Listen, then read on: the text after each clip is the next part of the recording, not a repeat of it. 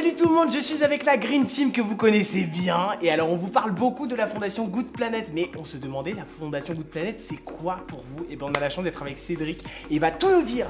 Je trouve ça très beau, très symbolique que la jeunesse se réunisse comme ça autour d'un album pour parler de ces sujets environnementaux. C'est évidemment très important. Effectivement, les jeunes ne sont pas responsables de grand chose aujourd'hui. On hérite de ce qu'on a hérité aussi de l'activité de nos plus aînés. Mais vous avez un rôle parce que vous serez là demain. Et vous avez aussi ce rôle de forcer les adultes du moment à se bouger. Juste pour faire un petit point avant de commencer sur ce qu'est Good Planet. Good Planet, c'est une ONG, c'est une fondation qui a été créée en 2005 par un photographe, réalisateur que vous connaissez peut-être, un monsieur moustachu avec des cheveux blancs qui s'appelle Yann Arthus Bertrand, qui a commencé sa carrière en faisant des bouquins comme ceux qui nous entourent, des bouquins de la Terre vue du ciel.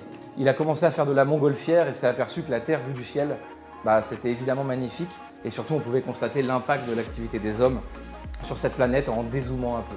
Et puis il a créé en 2005 cette fondation qui est un lieu, qui est maintenant devenu un lieu depuis 2017, donc accueille du public gratuitement tous les week-ends.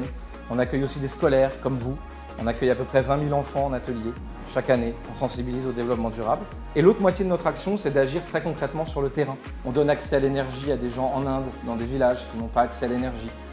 On lutte contre la déforestation. On crée aussi au Maroc, par exemple, de l'apiculture durable avec des apiculteurs marocains. On travaille sur les déchets au Bénin, au Togo, au Mali. On travaille sur tous ces projets qui à chaque fois ont une dimension environnementale et une dimension sociale très forte parce que l'un ne peut pas aller sans l'autre. Déjà, le premier truc, moi j'aimerais vous demander, déjà pour vous, c'est quoi l'écologie? Si je vous balance ce mot comme ça, écologie, là, vous pouvez me répondre quoi là-dessus? Pour moi, c'est arriver à un mode de vie et de consommation qui soit le plus en harmonie possible avec les animaux, la nature. Ce que tu viens de dire, c'est parfaitement la définition du développement durable. Et boum Quelqu'un a une autre notion sur l'écologie? Moi je pense qu'il ne faut pas oublier la responsabilité. Je pense qu'on est tous responsables et qu'il ne faut pas attendre qu'on nous dise quoi faire ou quoi. On a tous le pouvoir de changer les choses. J'adore cette notion de responsabilité. Et c'est ce qu'on appelle l'éco-responsabilité. Souvent, il y a plein de gens en écologie qui disent pourquoi moi je ferais parce que les autres ne font pas. Bon, si tu parles de ta responsabilité à toi, tout ça, tu t'en fiches en fait. Ils ont des grosses responsabilités, mais ça ne m'affranchit pas de la mienne. Donc ça veut dire que même moi, mes petits trucs que je peux faire, je dois les faire.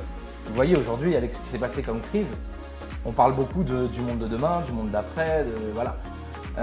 Et surtout, on se pose, il y a un mot qui est sorti, qui est très important en écologie, qui s'appelle le mot résilience. La résilience, ça veut dire notre capacité à retrouver notre état normal, ou en tout cas, à résister à la perturbation. Si vous étiez tous identiques, vous seriez tous sensibles aux mêmes maladies, tous sensibles aux mêmes problèmes. Et du coup, vous pourriez disparaître tous au même moment s'il y a la même perturbation. Et c'est exactement ça qu'il faut défendre.